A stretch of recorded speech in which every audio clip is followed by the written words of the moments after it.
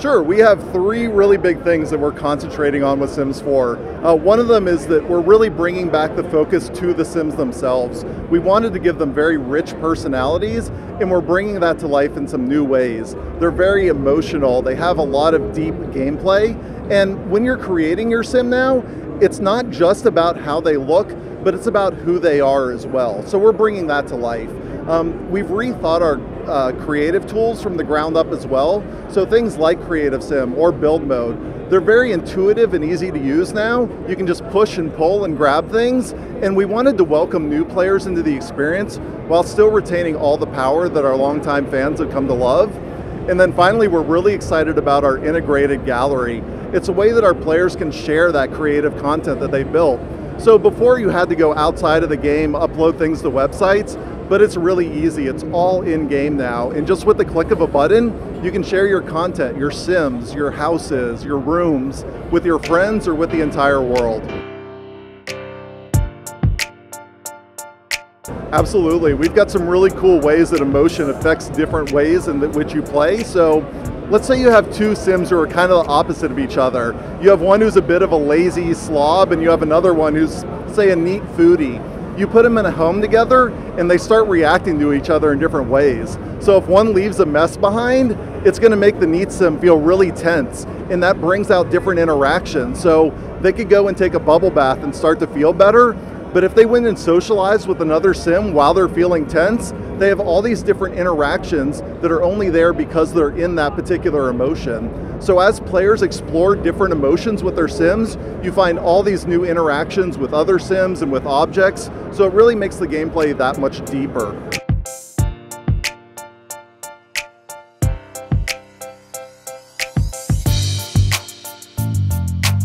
Well, they have both a memory in the game and quite a literal memory timeline. So, of course, if you get in a fight with somebody, and let's say you ran into them 2 weeks later, because, you know, we do have that long-term generational gameplay, they are going to remember that. And we have really cool things with our relationships now, where instead of just being a friend or an enemy, we've split it out. So you now have a friend track and a romance track. So you can get into this state where you hate somebody, but you're so compelled to be with them, you get these really interesting reactions from it. But that literal memory I'm talking about, players can actually take screenshots, create memories out of them for their Sims, and Sims can go back and reminisce on them, and that's going to push them into feeling different emotions about how they felt at the time that memory was captured. So it's really cool.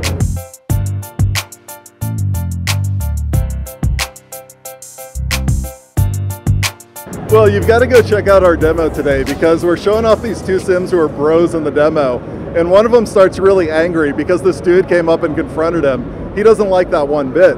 So then he's chatting with another Sim, and his angry emotion is starting to rub off on the other guy. So they're getting angry too.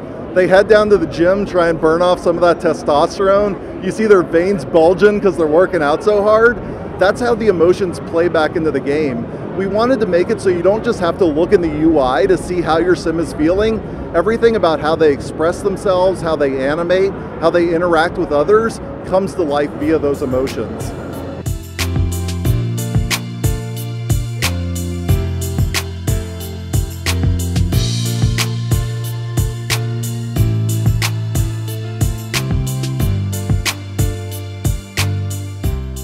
Oh, it's huge for us, and I think the possibilities are really limitless.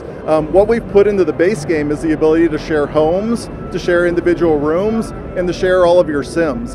And I think over the course of the project, you're going to see so much more expanded and added there. It's going to be really amazing. It's interesting, when you look back at The Sims 3, we had over 500 million downloads on the Sims 3 exchange, but that was an extremely small portion of our overall user base that was actually using that exchange. And I think by bringing it into the game, you're going to see so many more possibilities open up as people use it even more.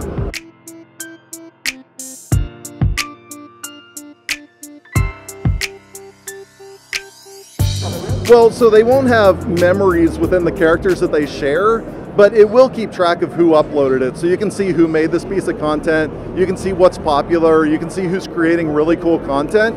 And as you bring that into your game, if they've done certain things in their game as well, the sim will retain some of those characteristics as they come over. So they'll join your home and they might already be, level 5 in a career, or they might already be a very skilled musician. We have the ability to share a lot of that extra stuff that comes along with the Sims.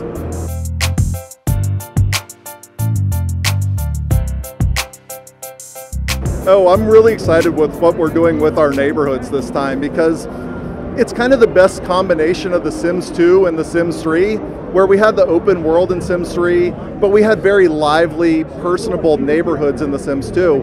And we're combining those together, where now you can go out and explore the area around you, but all of your neighbors will be out there interacting as well. So you can see your neighbor, kicking over one of the trash cans, and you'll be like, that jerk, head over to his house, get in a confrontation with him. There's going to be a lot of that characterization playing off of each other as you see other Sims in the neighborhood.